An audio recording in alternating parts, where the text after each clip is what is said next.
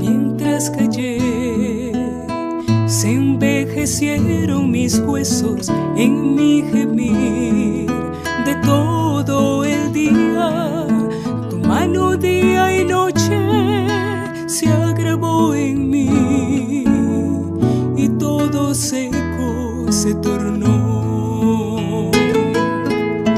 Mientras callé, nada podía entender. En mi maldad nada bueno podía ver, sino solo sombras de mi iniquidad, y todo seco se tornó. Mi pecado te declararé y no encubriré mi iniquidad.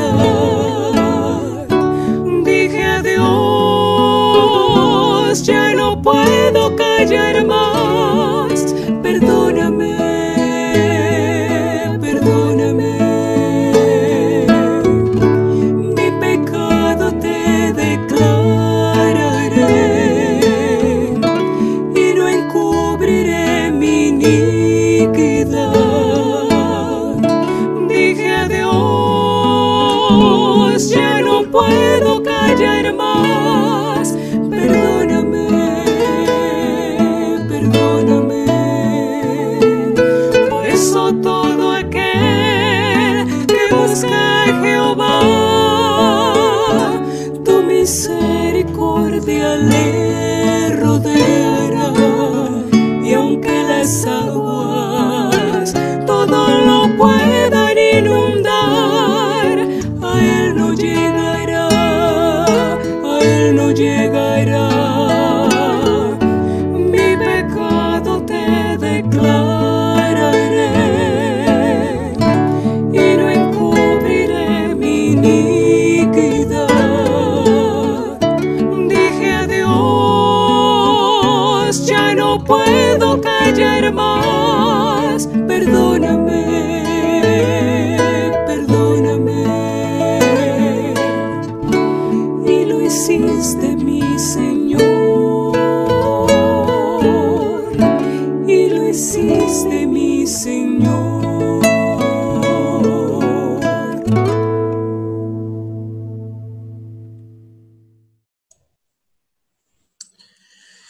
El pecado en nuestra vida es como un perro encerrado en su casa. Apenas tú abres la puerta, él correrá con todas sus fuerzas a huir de ella. Saltará sobre los brazos de su amo y entonces lo lamerá en su propio rostro.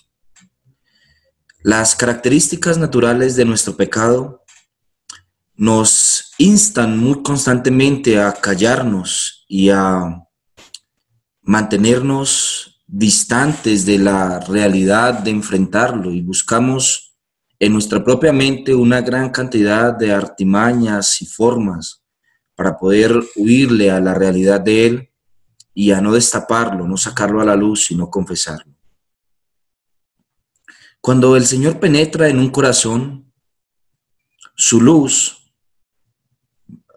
brilla de tal manera que cualquier tipo de oscuridad queda al descubierto, y aquello que hay en la oscuridad queda también al descubierto. Es fácil remover los elementos que se encuentran en una cueva cuando la cueva es iluminada, pero manténla sin luz y entonces te darás cuenta que el trabajo que puede ser simple se convierte en un trabajo tedioso y casi imposible de realizar. Si nosotros no permitimos y no pedimos a Dios y no nos esforzamos en tomar decisiones en nuestra vida que expongan nuestro pecado, entonces naturalmente lo que ocurrirá es que nuestro pecado nos perturbará. de tal manera que una solución tal vez simple y una forma sencilla de deshacernos del pecado se convertirá en una tarea ardua y difícil. Cual cotero que se encuentra llevando más que su peso en el trabajo diario, así será el pecado para nosotros si no lo confesamos delante del Señor. El Salmo 32 representa para nosotros una luz al final del túnel, es la lámpara en la cueva, es la puerta abierta para el perro. El pecado es para nosotros la oscuridad, pero la confesión es para nosotros la luz que hace que las cosas ocultas de la cueva sean fácilmente removibles. Quiero que me acompañes al Salmo número 32. Salmo número 32. Es un salmo de David. Salmo de David, Masquil. Bienaventurado aquel cuya transgresión ha sido perdonada y cubierto su pecado. Bienaventurado el hombre a quien Jehová no inculpa o no culpa de iniquidad y en cuyo espíritu no hay engaño. Mientras callé, se envejecieron mis huesos en mi gemir todo el día. Porque de día y de noche se agravó sobre mí tu mano, se volvió mi verdor en sequedales de verano. Mi pecado te declaré, y no encubrí mi iniquidad. Dije, confesaré mis transgresiones a Jehová, y tú perdonarás la maldad de mi pecado. Por esto, orará a ti todo santo en el tiempo en que pueda ser hallado. Ciertamente en la inundación de muchas aguas no llegarán estas a él. Tú eres mi refugio, me guardarás de la angustia, con cánticos de liberación me rodearás.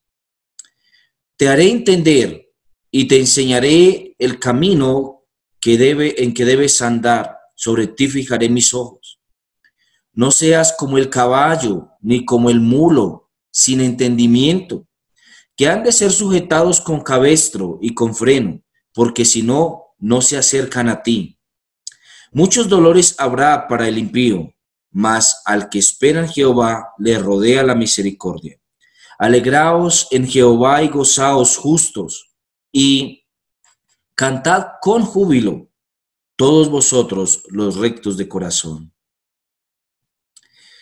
Nuestro salmo es un salmo didáctico. La palabra didáctico significa, es un salmo de instrucción, es un salmo de enseñanza. Un salmo que pretende ser para nosotros una instrucción de parte de un maestro para que sepamos cómo debemos conducirnos y cómo debemos actuar ante diferentes circunstancias. Esta circunstancia particular que se nos está instruyendo es el pecado no confesado, el pecado no confeso. Al título de nuestro salmo se le agrega la palabra masquil. Esa palabra significa instrucción, enseñanza, guía. Por ende, nuestro salmo tiene la intención de ser una canción guía, una canción de enseñanza, una canción de instrucción. Dentro del cuerpo de nuestro salmo se encuentran 3 versos. Cada uno termina con la palabra Selah. Como hemos visto brevemente, y de manera previa a este salmo, en las otras ocasiones que ha aparecido la palabra Selah es un silencio que pretende meditar mientras que la melodía del salmo continúa sonando. Mientras la melodía del salmo continúa entonces sonando, una especie de interludio, el que está escuchando, la audiencia, debe meditar en esa verdad que acaba de decir el salmista. Y dicho esos pormenores con respecto a la generalidad del salmo, también debemos decir que nuestro salmo ha sido casi que por la mayoría de los eruditos, para ser exactos, pienso que el 80% de todos los comentaristas que podemos consultar afirma que el Salmo 32 es la continuidad del Salmo 51. Recuerde que en el Salmo 51 se expone la verdad, de que el salmista ha pecado con Betsabé. El Salmo 51 posee el título que dice después de que se llegó a Betsabé y pecó. Así que si el Salmo 32 es una continuidad del Salmo 51, entonces el gozo que se evidencia en el Salmo 32 es una perla que le falta al Salmo 51. El Salmo 51 es un salmo de arrepentimiento, es un salmo de conmoción, es un salmo de pedir perdón al Señor y de confesar el pecado. Sin embargo, hay un elemento ausente en el Salmo 51 que se encuentra en el Salmo 32 y es los cánticos de júbilo. A diferencia del Salmo 51, el Salmo 32 se encuentra cantando con alegría y evidenciando el gozo que se percibe cuando hemos confesado nuestro pecado al Señor. Sí, es verdad. Si nuestro salmo es solamente una continuidad del Salmo 51, entonces nuestro salmo también se encuentra envuelto en el espectro de la confesión del pecado de David después de que el profeta Natán vino a él y lo confrontó con su pecado. Solamente y de forma breve, permítame y también a manera de ilustración colocar el ejemplo de la vida de David y qué fue lo que ocurrió con David. David es un hombre o fue un hombre conforme al corazón de Dios, un hombre piadoso, que no se encontraba exento de pecar y no se encontraba exento de poder fallar en algún área de su vida. De hecho, al menos en varias ocasiones, al menos en 3 ocasiones claramente demostradas en la Escritura, David pecó gravemente contra Dios.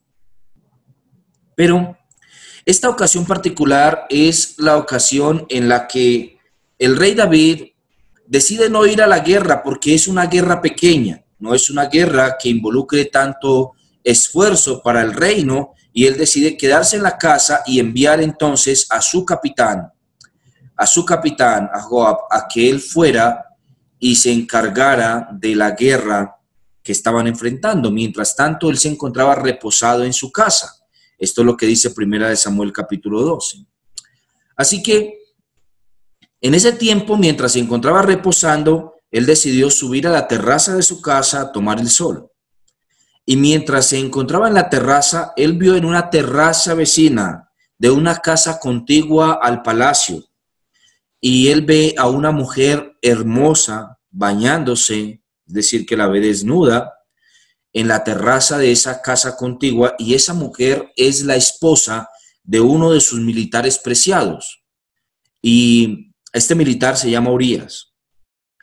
Así que él, a causa de esta hermosura y sabe que ella se encuentra sola, su esposo se encuentra en la guerra a la que él no fue, él manda a llamar a esta mujer al palacio, y entonces ahora es infiel.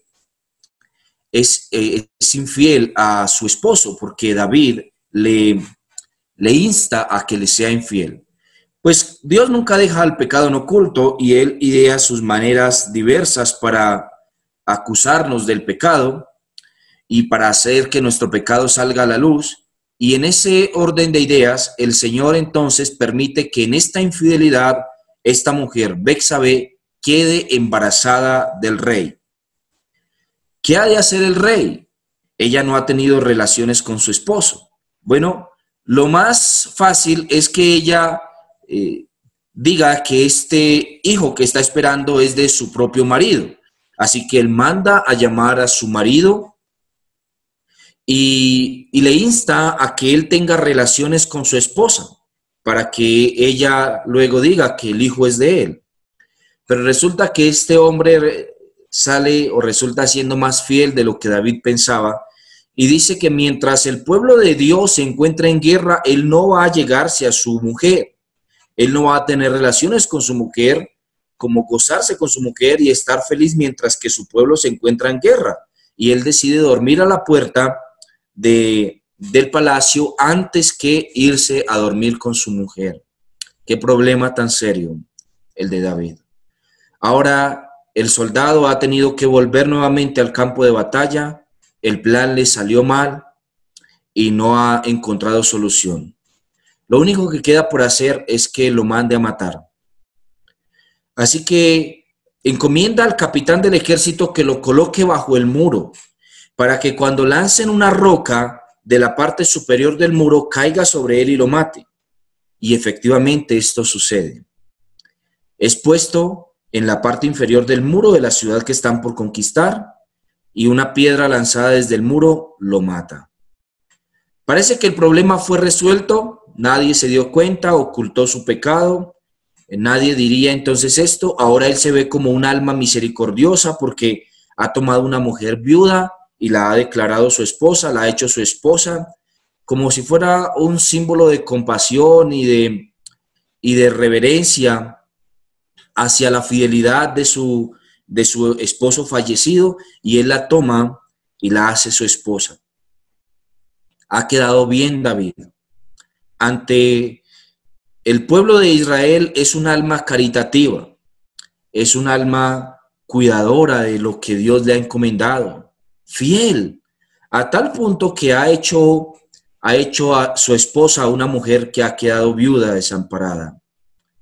Pero a Dios no podemos engañarle. Podemos engañar a los hombres, la cantidad de veces que sea posible. Podemos idear estrategias particulares en nuestra vida para que el pecado no se vea tan horrible como es. Podemos justificarnos delante de los demás diciendo, pero yo lo hice con esta motivación o con esta otra motivación, pero a Dios no podemos engañarle. Y como usted recuerda la historia, Dios envía al profeta Natán, segunda de Samuel, capítulo 12. Él envía al profeta Natán a que venga delante de David y le cuente una parábola. La parábola se trata de una oveja y el dueño de esa oveja. Y la parábola, parafraseo, menciona que había un hombre que tenía una ovejita que amaba como si fuera su propia hija, que la amaba mucho y la cuidaba y dormía con ella y la tenía en su casa y la trasquilaba y le hacía atenciones como si fuera su propia hija. Y luego vino un hombre, el dueño del terreno, y el dueño del terreno, teniendo muchas ovejas, decidió comerse esa oveja en particular. Y decidió que esa oveja era la que deseaba en la parrilla, y la mata y se la come. Y le pregunta Natán a David, ¿qué hemos de hacer con ese hombre? Y él entonces se llena de cólera en su interior porque es un hombre piadoso y porque es un hombre que pretende hacer justicia, y dice que el tal muera irremisiblemente, que el tal muera por lo que ha hecho. Y Natán entonces ahora le dice, ese hombre eres tú. Lo que él está diciendo es que él tomó el tesoro más preciado de Urías, su esposa. Él tomó aquello que más amaba Urías y lo mató fuera de eso a Urías, y aparte de eso tomó a su mujer. Y luego, como consecuencia de eso, entonces vienen sentencias de juicio de parte de Dios por medio del profeta Natán hacia David. Allí es donde David confiesa su pecado y entra el Salmo 51, en el que él confiesa su pecado. Pero el Salmo 32, entonces, si es la continuidad u otro salmo escrito posteriormente a su arrepentimiento, nos muestra la esencia de lo que estaba pasando en el interior de David. Usted puede ocultarle el pecado a todo el mundo, pero no puede ocultárselo a Dios.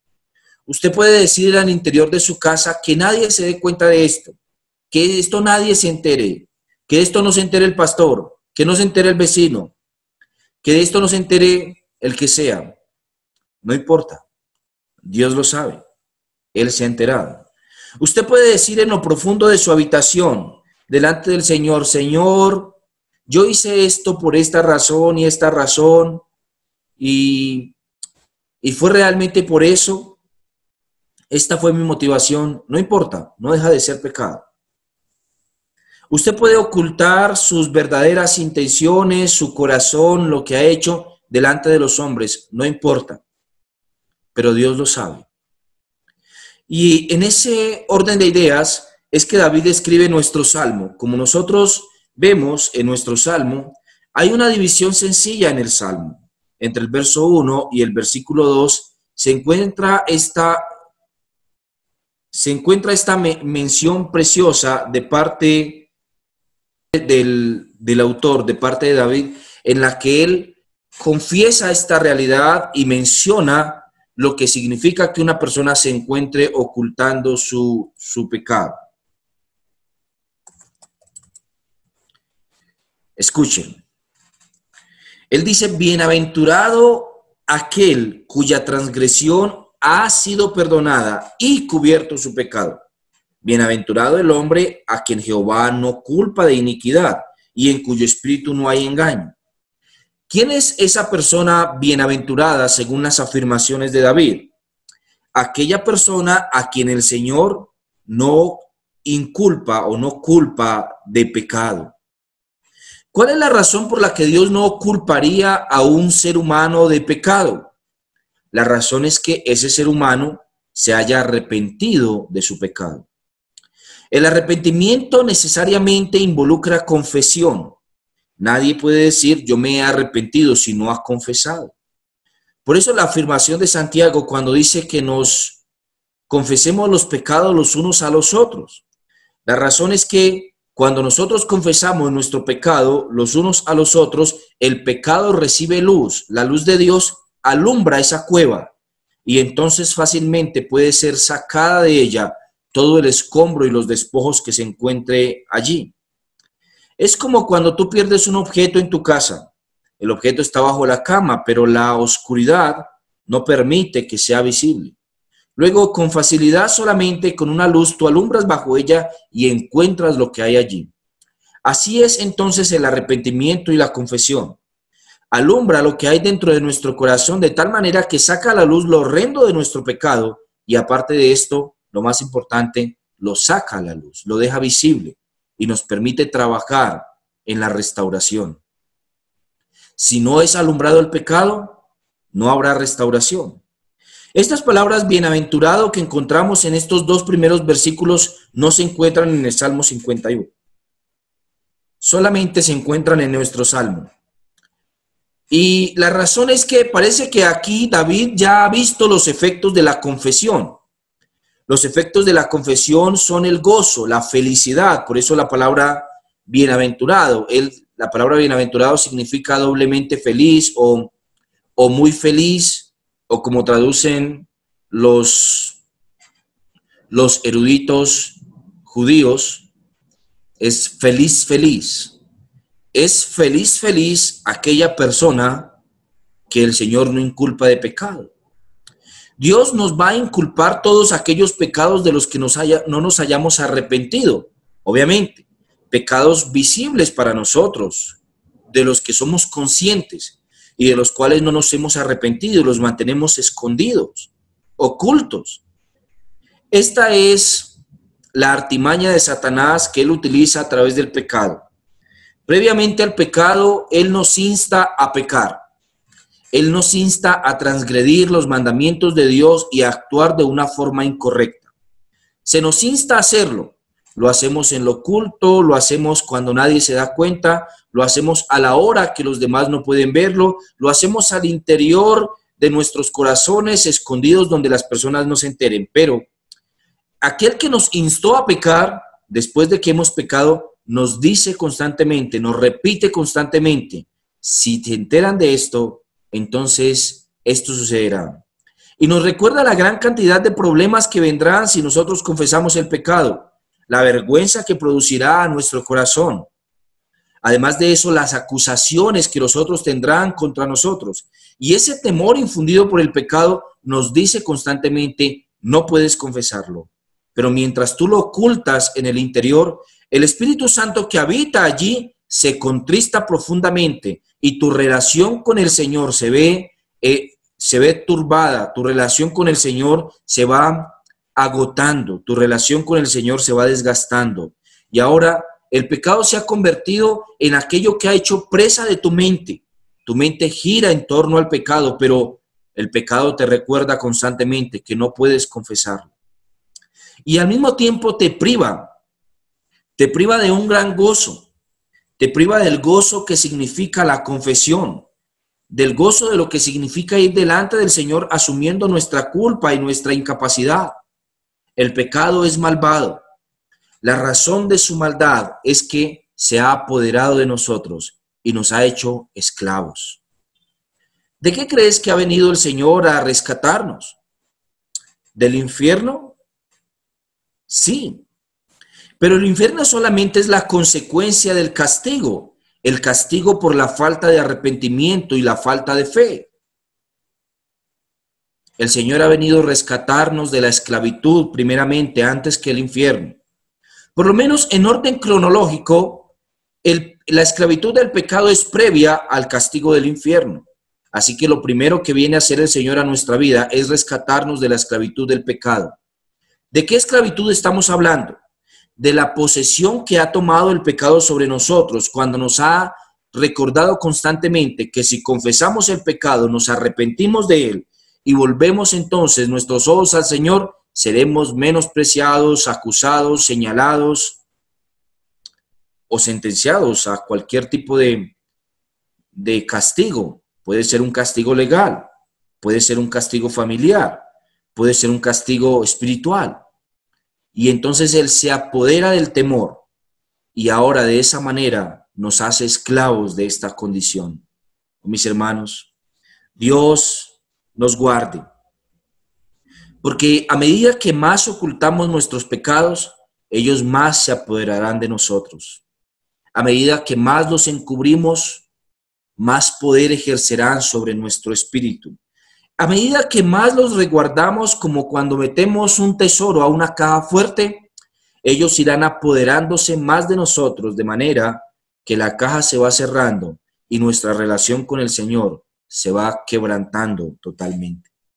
Este es el llamado y la instrucción que Él quiere darnos, que quiere darnos el salmista. Por eso el título que el salmista coloca a este salmo, valga la redundancia, es Masquil. Es una instrucción. Él nos está instruyendo sobre la bienaventuranza de la confesión del pecado. Él está contándonos su propia experiencia y diciéndonos lo que Él ha sentido tras la confesión de su pecado. Así entonces nosotros encontramos esa primera estrofa, antes del primer Selah, en la que Él nos cuenta la felicidad que se siente confesar el pecado. Por eso Él nos dice, bienaventurado aquel que el Señor no inculpa de pecado. Porque el Señor ha cubierto su pecado. ¿Cómo ha cubierto el pecado el Señor? El Señor ha cubierto su pecado primeramente con la confesión. Cuando Cristo viene predicando a la tierra, Él dice, arrepentíos y convertíos. Nosotros conocemos del arrepentimiento que posee dos fases. El primero de ellos es el remordimiento. No es suficiente. El remordimiento es una sensación de dolor que nosotros poseemos a causa del pecado que hemos cometido, pero todavía no podemos llamarle remordimiento. Luego, del remordimiento que es valorado, es valioso, pero no suficiente, viene el arrepentimiento, que es una transformación en nuestra forma de pensar y en nuestra forma de actuar. Así el arrepentimiento en su primera fase nos causa profundo dolor, puesto que nos hace conscientes de la realidad de nuestra condición. Pero en la segunda fase del arrepentimiento, es decir, en la conversión, en el cambio de comportamiento, nosotros encontramos la plenitud de lo que es el arrepentimiento. Nosotros no podríamos decir que una persona se encuentra arrepentida si esa persona cambia de comportamiento, pero no tiene dolor en su corazón por lo que ha hecho. Eso nos pasa muy comúnmente con nuestros hijos. Les exigimos que dejen de hacer cosas y hagan otras cosas distintas. Ellos han cambiado su comportamiento, pero esto no involucra que ellos se duelan por lo que han hecho antes. Luego, también vemos en una gran cantidad de ocasiones a los reos puestos delante del juez sintiendo remordimiento. Esto es valorado, por supuesto. Pero si él sale de prisión y vuelve nuevamente a hacer lo mismo, entonces tal remordimiento no fue suficiente para su transformación y su cambio de conducta. Es necesario que el remordimiento vaya acompañado de un cambio de comportamiento. En esto entendemos la diferencia entre el arrepentimiento de Dios y nuestro arrepentimiento, en que el arrepentimiento de Dios solamente involucra la primera etapa, es decir, un dolor, pero no un cambio. El Señor no cambia. Sin embargo, en los seres humanos, el arrepentimiento debe estar poseído por ambas etapas, tanto el remordimiento como el cambio de comportamiento. Así, nosotros nos damos cuenta entonces que una persona verdaderamente arrepentida cambia su comportamiento, pero esto no sucederá si antes no le resplandece la luz de Cristo. Alguien ha llamado a nuestro salmo el salmo más evangélico del Salterio. Realmente lo es. Está hablando no solamente de dolor, sino también de un cambio de comportamiento que produce gozo. Cuando el pecado sale a la luz, entonces produce gozo su restauración. Posiblemente, por poco tiempo tendremos que sufrir las consecuencias del pecado cometido, pero luego tendremos que ver la gracia del Señor obrando para nuestra restauración. En Conversaciones de sobremesa, un libro escrito por Martín Lutero, él menciona una gran y maravillosa verdad con respecto a este salmo. Se le pregunta a Lutero, cuál es el mejor de sus salmos o cuáles son sus salmos favoritos. Y él dice, los salmos paulinos. ¿Por qué los salmos paulinos? Pablo todavía no existía. Entonces él argumenta Lutero que son aquellos salmos que nos hablan de la justificación por la sola fe. Y eso es nuestro salmo, un salmo de justificación por la fe. Lo único que puede traer a nuestra vida realmente convicción de pecado es la fe en el Señor. Cuando miramos a Dios y vemos su santidad comparada con nuestro pecado, entonces nos damos cuenta de que nuestros pecados son imperdonables, a no ser que intervenga por nosotros alguien que sea perfecto y totalmente puro, el cual no sea inculpado de pecado, pero que cargue nuestro pecado. Este pasaje en el versículo que vemos en nuestro salmo, él dice, mientras callé, se envejecieron mis huesos en mi gemir todo el día, porque de día se agravó sobre mí tu mano y se volvió mi verdor en sequedades de verano. Es una afirmación de esas que ponen de manifiesto el hecho de que el pecado tiene consecuencias físicas.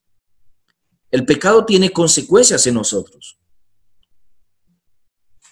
Menciona con respecto a esto un famoso hombre que nosotros ocasionalmente hemos citado en estos salmos también, Lawrence Thomas, que los intentos para encontrar una cura para esta enfermedad en el diván de la psiquiatría solo conseguirán ocultarlo bajo la fachada de una personalidad bien integrada, educada para la autojustificación. Este método no enfrenta al pecado, lo ignora, ni puede lograrse una cura mostrando públicamente nuestro pecado a todos los que hemos ofendido en él. Hacerlo no es sino buscar el perdón en aquellos que son ineptos para perdonarnos significativamente y cuya disculpa o resentimiento no importan en definitiva. Lo que está diciendo Lawrence es que si nosotros buscamos una solución para la culpa en la psiquiatría, en la psicología moderna, nosotros vamos a encontrar no solamente un escondrijo, un rincón en el que se nos manda guardar nuestras culpas mientras continuamos con nuestra vida o mientras continuamos cometiéndolas. Pero un hijo de Dios tendrá un gran problema con esto, puesto que a él no se le manda a esconder sus culpas en un rincón y seguir adelante, sino que a él se le manda, se le insta a que confiese su pecado y sea libre de él. Pero no a que confiese su pecado a los otros hombres solamente, sino que primeramente vaya delante del Señor confesando su culpa delante de él. Esto produce gozo profundamente. Tú estás autojustificándote mucho tiempo de que actúas de esta u otra manera por las situaciones que viviste en tu niñez. Tú estás autojustificándote de que actúas de esta u otra manera por los traumas que traes contigo o porque tuviste una mala experiencia en el pasado en que tenías realmente una gran necesidad. Tú estás autojustificándote en que tú no controlas tu corazón o en que tú no controlas tu cuerpo. No quieres confesar al Señor lo que realmente está haciendo el pecado en tu vida. No quieres verlo con el nombre que tiene. Lo llamas comúnmente errores, los llamas fallas y evitas colocarle el nombre que realmente tienes tu condición, pecado. Y mientras más lo evitas, mucho más peso y poder ejerce el pecado sobre ti. Mi amigo, la confesión produce gozo, pero la falta de confesión produce mucho más que una cierta sentencia espiritual. Produce consecuencias físicas en nosotros. ¿Cuántas son las personas que finalmente han sido declaradas con diferentes enfermedades mentales, si podemos llamarles así, a causa de su incapacidad para reconocer el pecado? ¿Cuántos son los que han sido diagnosticados trastornos de comportamiento, lo que se llamaba bipolaridad?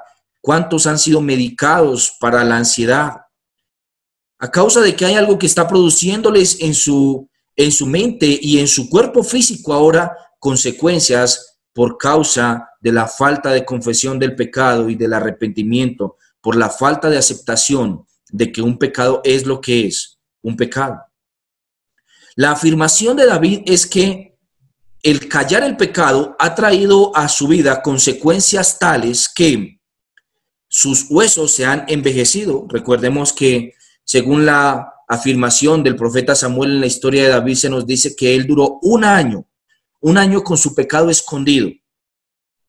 Parece que nadie se hubiese dado cuenta, pero lo que nos está diciendo David es que aunque nadie se ha dado cuenta, en su interior se encuentra enfrentando las diferentes consecuencias de tener un pecado oculto. Oh, mis hermanos, debemos abrirle la puerta al perro, que salte de la casa, que salga de ella y lama entonces a su amo. Que nuestro rostro quede enlodado, pero que el perro quede libre y así nosotros nos deshagamos entonces de él. Necesitamos reconocer la felicidad que produce realmente el pecado. Déjame que yo haga justicia al Salmo y te pregunte, ¿tienes pecados ocultos en tu vida?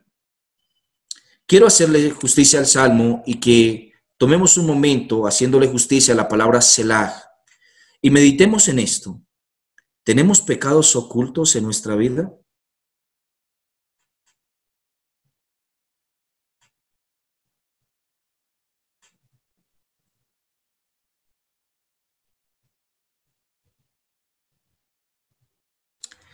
La palabra Selah es instructiva. Es lo que hace que el masquil sea un masquil, que nos instruye en reconocer algunos pecados que no hemos querido confesar, en los que nos hemos ensoberbecido. Ahora bien, la segunda estrofa de nuestro salmo es más corta que la primera. Es la confesión. Él dice, mi pecado te declaré y no encubrí mi iniquidad. Dije, confesaré mis transgresiones a Jehová y tú perdonaste la maldad de mi pecado.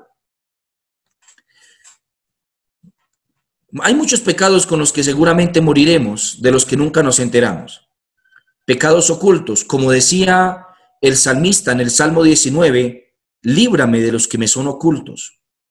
Hay muchos pecados que nosotros no conocemos, que realmente se escapan de nuestra comprensión. Puede que otra gente los sepa. Cuando nos los dicen, cuando nos hacen caer en cuenta del error, gloria al Señor, porque tenemos la oportunidad de empezar a luchar contra el pecado. Aún es nuestra soberbia y terquedad, podemos hacerlo. Pero hay pecados que no necesitamos que nadie venga a decirnos que los tenemos. De hecho, ¿cuántas cosas nosotros hemos intentado cambiarles el nombre para que no se diga que son pecados? Nos hemos involucrado con una persona que no era creyente, con un hombre o con una mujer no creyente, y entonces hemos dicho, en el corazón nadie manda. No hemos querido darle el nombre al pecado, y es que nosotros poseemos un corazón rebelde, que no quiere someterse a la dirección de Dios con respecto a nuestra vida emocional. Hemos utilizado en muchas ocasiones la ira y hemos respondido con ira y le hemos llamado justicia. Hemos sentido resentimiento y hemos dicho que es que esa persona actúa de esta manera o de esta otra manera. ¿Cuántos pecados tenemos en nuestra vida que justificamos con palabras lisonjeras, que pretenden bajarle el perfil? Lo que el salmista nos está instruyendo a hacer es a confesar nuestro pecado primeramente a Dios. Esta confesión del pecado delante de Dios hace la diferencia. Él dice que cuando ha confesado el pecado, el Señor le perdonó, porque Dios es amplio en perdonar. Recuerde las palabras de Cristo en el Padre Nuestro. Perdona nuestras ofensas, como también nosotros perdonamos a los que nos ofenden. Hay una especie de parágrafo al final del Padre Nuestro. Usted ha de recordar esto mejor que yo. Cuando el Señor manda en el Padre Nuestro a que nosotros digamos esa expresión a Dios, Él luego nos instruye diciéndonos con respecto a cuál es la manera entonces en la que nosotros debemos perdonar. Escuche lo que dice el Señor con respecto al Padre Nuestro. Cuando nosotros estamos repitiendo el Padre Nuestro al final, Él coloca una cláusula. En la cláusula el Señor manda y Él dice entonces en ella, en esta cláusula, porque si no perdonáis a los hombres vuestras ofensas, tampoco vuestro Padre que está en el cielo perdonará vuestras ofensas. Es un condicional. Ese condicional dice que los pecados deben ser perdonados cuando los hombres nos ofenden. Dios evidencia esta realidad en su propio ser. Cuando nosotros ofendemos a Dios, Él nos perdona. Cuando nosotros vamos delante del Señor en arrepentimiento, encontramos perdón para cualquier pecado, el que sea. Así que Dios es amplio en perdonar. Pero lo que está diciendo el autor es que hay un gozo profundo en confesarle al Señor nuestro pecado. No es como que el Señor sabe y me perdona. No, hay un dolor, hay remordimiento por el pecado y luego hay confesión. Y esa confesión conlleva entonces al arrepentimiento y al perdón. El salmista nos dice que él confesó el pecado al Señor y Él perdonó su maldad. Mi hermano, esta es una buena oportunidad para que confieses tu pecado al Señor y Él te perdone. Nota nuevamente la palabra Selah. Eso es otro interludio en el que meditamos. Nos hacemos conscientes del pecado y le pedimos al Señor que nos perdone. No como una palabra vacía de generalidad, de sí, Señor, yo sé qué pecado, no. Con nombre propio, con un entendimiento correcto, claro, de cuál es el pecado que hemos cometido y qué es lo que estamos pidiéndole al Señor que nos perdone. ¿Qué tal si hacemos el ejercicio del Selah y pedimos al Señor que perdone nuestros pecados?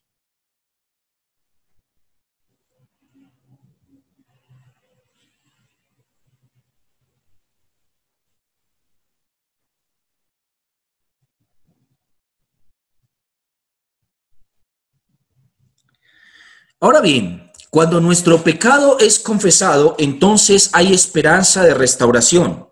Cuando nuestro pecado es oculto, no hay esperanza de restauración.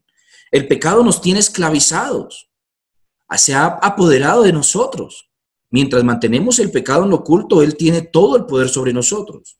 Aún así, cuando nosotros confesamos nuestro pecado sin arrepentimiento, todavía el pecado tiene poder sobre nosotros. De hecho, aún en el arrepentimiento, el pecado tiene poder sobre nosotros, en su plenitud. Tiene todo el poder y toda la fuerza sobre nosotros. ¿A razón de qué? A razón de que el pecado nos ha conducido a la muerte. Recuerda que la paga del pecado es la muerte, según la expresión de Pablo. Si la paga del pecado es la muerte, entonces el poder que ejerce el pecado sobre nosotros va más allá de simplemente la confesión. La confesión no hace que nosotros seamos declarados inocentes. Muchos han confundido esta realidad. Han pensado que simplemente con pedir perdón a Dios, su pecado y su culpa se encuentra eliminada. Esto no es verdad. El arrepentimiento no es suficiente para la salvación. Escuche lo que dice Pablo en Romanos en el capítulo 4. Esta es la afirmación de Pablo. Bienaventurados aquellos cuyas iniquidades son perdonadas y cuyos pecados son cubiertos. Bienaventurado el varón a quien el Señor no inculpa de pecado. Y luego argumenta Pablo, ¿es pues esta bienaventuranza solamente para los de la circuncisión o es también para los de la incircuncisión? Porque decimos que a Abraham le fue contada la fe por justicia. En este argumento de Pablo, el arrepentimiento no es suficiente para la salvación. El mundo hoy en día, aquellos que no quieren seguir al Señor, piensan que arrepentirse es suficiente. Piensa un momento en un asesino que va delante de la corte, delante del juez. Él se encuentra delante del juez y él ahora le dice al juez, señor juez, acabo de matar a un hombre afuera. Tenía una rencilla con él y lo asesiné. Me lamento por eso, realmente me encuentro arrepentido por haberlo asesinado. ¿Qué debería hacer el juez entonces con este hombre? ¿Debería decirle, ok, ya te arrepentiste, entonces vete a tu casa? Si es un juez justo, entonces nunca hará esto. El juez justo valorará su arrepentimiento, pero aún así lo enviará a prisión para que pague por su culpa. De la misma manera, el arrepentimiento no es suficiente para nuestra reconciliación con Dios. El que nosotros confesemos nuestros pecados delante del Señor no hace que el Señor nos declare justos. Él nos declara culpables. Sí, confesos, pero culpables. Es necesario entonces que se pague la culpa, porque un juez justo debe entonces imputar toda la culpa sobre aquel transgresor. Mis hermanos, mis amigos, sin la fe en Jesucristo, el arrepentimiento pierde totalmente su poder, pierde su capacidad. El argumento de Pablo es que tanto a judíos como a gentiles, la fe les es contada por justicia, no el arrepentimiento. El arrepentimiento no le es contado por justicia a nadie, sino la fe. Por eso Cristo dice, arrepentíos y convertíos. Y luego Él dice, venid a mí, que soy el pan de vida. Comed de mi cuerpo y tomad de mi sangre. Por eso Él dice, venid a mí, que soy la fuente de vida eterna. El que viene a mí y bebe, no tendrá sed jamás. Él dice, venid a mí y hallaréis buenos pastos. Él dice, yo soy el buen pastor. Él dice, yo soy el Hijo de Dios. Sin que una persona deposite su fe en Jesucristo, cualquier tipo de acto de arrepentimiento no deja de ser más que un remordimiento, que no tiene ningún tipo de aplicación real delante de la salvación de su propia alma. Tendrá beneficios temporales en este mundo, sí. Como cuando un delincuente va delante del fiscal y hace un acuerdo con el fiscal para tener menor pena.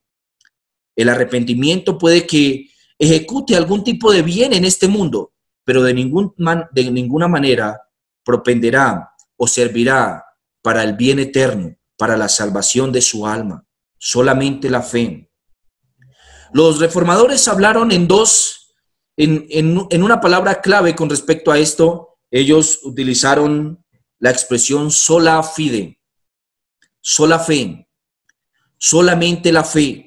Solo la fe, y también utilizaron otra expresión, solo Cristo o solo Cristo. Solamente la fe en Jesucristo hará que el arrepentimiento tenga algún tipo de valor. Y eso es lo que el salmista nos está enseñando. Él nos está diciendo, el salmista nos está instando y recordando entonces que el arrepentimiento alejado de la fe en Jesucristo pierde todo su valor. Él dice en el versículo 6 que por esto orará a ti, ¿quién? Todo santo. La palabra santo solamente puede ser aplicada a aquellos que han depositado su fe en el Señor Jesucristo. para salvación. Y él dice que orará a ti todo santo, ¿cuándo? En todo tiempo. Y cuando nosotros vamos al Señor confesando nuestros pecados en oración, entonces podemos estar seguros que Él nos ayudará. Y como dice el autor, el agua no llegará hasta nosotros, las muchas aguas no llegarán hasta nosotros, porque el Señor es nuestro refugio. ¿Es el Señor tu refugio? ¿Puedes cantar cánticos de gozo? Porque sabes lo feliz que se siente uno cuando ha depositado su fe en el Señor y cuando ha confesado su pecado. Si tú no has hecho eso, te invito a que hagas el ejercicio nuevamente. El ejercicio del Selah. Ora al Señor, confiesa tu pecado y entonces percibe el gozo que se siente, sentirse protegido por Dios cuando hemos hecho esto. Selah.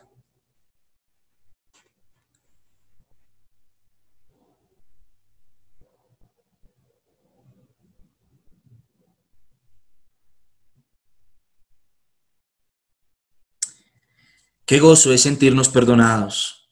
El Señor ha quitado la carga de nuestros hombros y la hemos depositado en otro, en Jesús. Qué doloroso es saber que otro ha llevado nuestro pecado y ha muerto por nosotros. Pero qué gozoso es saber que era la única manera en la que nosotros seríamos reconciliados. Abba, Padre, gloria sea a nuestro Señor Jesucristo, porque ha cargado nuestro pecado y nuestra culpa. Finalmente, terminemos con la conclusión del salmista. Él ha dicho que el Señor nos hará entender. De hecho, nota que hay un leve cambio en el personaje que está entonando el cántico. Parece de repente que se hiciera una especie de transición entre las palabras de David y las palabras de Dios. Y ahora parece que el Espíritu Santo ha irrumpido de tal manera en David que quien se encuentra escribiendo esta porción es el Espíritu Santo propiamente. Y él está diciéndonos esto. Mi hermano y amigo, escucha esto y piensa que el Señor está hablando audiblemente a tu oído, diciéndote esto. Este es el masquil, esta es la instrucción que el Espíritu Santo nos da, mediante la cual Él nos convence de toda la verdad y nos guía a toda la verdad. Escucha lo que el Espíritu Santo te dice. Te haré entender y te enseñaré el camino en que debes andar. Sobre ti fijaré mis ojos. No seas como el caballo o como el mulo sin entendimiento, que han de ser sujetados con cabestro y con freno, porque si no, no se acercan a ti. ¿Se da cuenta? Son palabras tiernas. Son palabras de cuidado, de consuelo. Él nos está diciendo que no seamos como el caballo, como el mulo. Confesemos nuestro pecado delante de Él. Apartémonos de Él. Veremos el gozo que significa eso. No seamos como el caballo o como el mulo, que nos tienen que amarrar de la boca y ponernos un cabestro para poder que nos acerquemos al amo. Acerquémonos al Señor. ¿Cuál es la conclusión del Espíritu Santo? Que acercarnos al Señor significa confesar nuestro pecado. Confesar nuestro pecado significa acercarnos al Señor. Mis hermanos, que no nos toque o que Dios no tenga que hacer como nosotros, como con David, que él tuvo que enviar a Natán a ponerle una parábola para decirle cuán horroroso era su pecado, que él tuvo que traer sobre David juicio, su hijo muerto, su hijo que había del embarazo que tuvo Betsabé murió, y aparte de eso, Dios le sentencia a David que su propio hijo, Absalón, tomaría sus esposas y las subiría a la terraza y al aire libre las violaría. No seamos como el caballo, como el mulo, que Dios tiene que traer juicio sobre nuestra vida, situaciones de mucha aflicción para poder que nos arrepintamos, sino que acerquémonos a Él, confesemos nuestro pecado y apartémonos de Él. Y veremos cómo se percibe el gozo de nuestra salvación. Por eso Él dice al final, muchos dolores habrá para el impío. ¿Quién es el impío? El impío es el que no se arrepiente del pecado. El impío es el que no coloca sus ojos en Cristo. Por eso muchas aflicciones habrá para él. Cuando tú no te arrepientes del pecado y no te acercas al Señor en confesión, estás actuando como un impío. Mejor actúa como un justo. Mira lo que dice él. Mas al que espera en Jehová, lo rodea la misericordia. Alegraos en Jehová y gozaos justos, y cantad con júbilo, vosotros los rectos de corazón. Padre de gloria, yo quiero darte gracias por este salmo, Señor. En muchas ocasiones, Señor, he ocultado mi pecado. En muchas ocasiones he huido de él y él se ha apoderado de mí, Señor. Ha tomado poder, Señor, en mi alma y me ha hecho, Señor, torpe en mi relación contigo. En muchas ocasiones, mi relación contigo se ha visto frustrada a causa de mi pecado. No confeso, Señor. Padre, pero gracias porque, como tú dices, Señor, que los justos se alegran en la misericordia del Señor, y yo me alegro en que tú hayas tenido misericordia y que continúes teniéndola. Padre, perdona nuestros pecados, ayúdanos a confesarlos para ser libres de la esclavitud del pecado, pero sobre todo, Señor, ayúdanos a colocar nuestros ojos en Cristo para que el arrepentimiento tenga algún tipo de valor eterno, algún tipo de valor delante de ti. Ayúdanos a colocar nuestros ojos en Cristo, el cual es nuestro Salvador eterno, al cual, Señor, encomendamos nuestras almas, y Él las cuida, intercediendo por nosotros delante tuyo. Bendito sea tu nombre, Señor, y el nombre de Jesús. Amén y amén.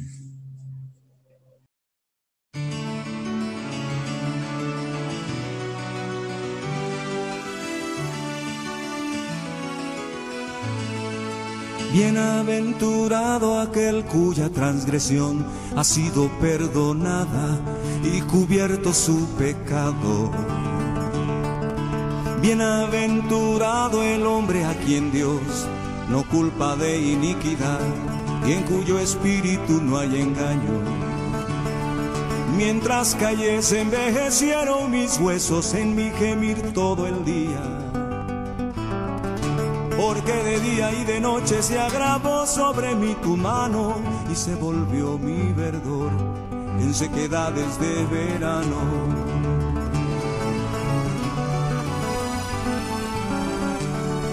Mi pecado te declaré y no encubrí mi iniquidad. Dije, confesaré mis transgresiones al Señor, y tú perdonaste la maldad de mi pecado. Y tú perdonaste la maldad de mi pecado.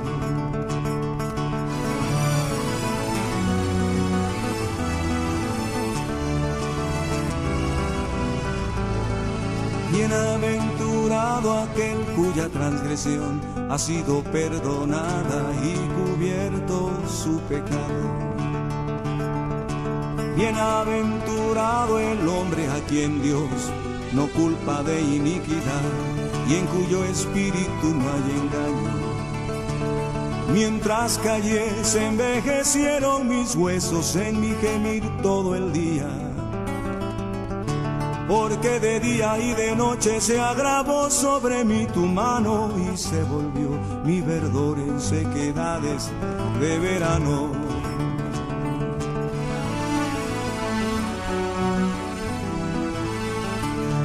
Mi pecado te declaré y no encubrí mi iniquidad. Dije, confesaré mis transgresiones al Señor, y tú perdonaste la maldad de mi pecado. Y tú perdonaste la maldad de mi pecado.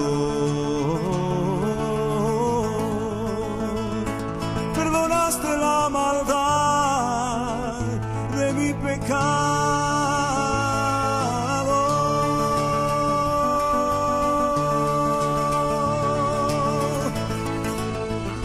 Gracias, Señor, por tu misericordia. Gracias, Señor, por tu perdón.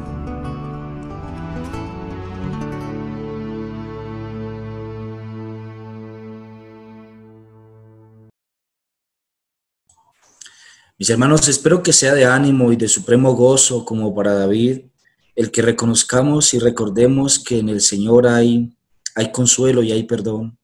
y que cuando nosotros confesamos nuestros pecados percibimos la libertad gloriosa de los hijos de Dios y el profundo gozo que se siente y que se vive cuando nosotros actuamos en honestidad delante del Señor y delante de los hombres. Pero sobre todo, cuando nosotros, a causa de nuestros ojos puestos en Cristo, somos conscientes de lo feo de nuestro pecado y nos apartamos de él.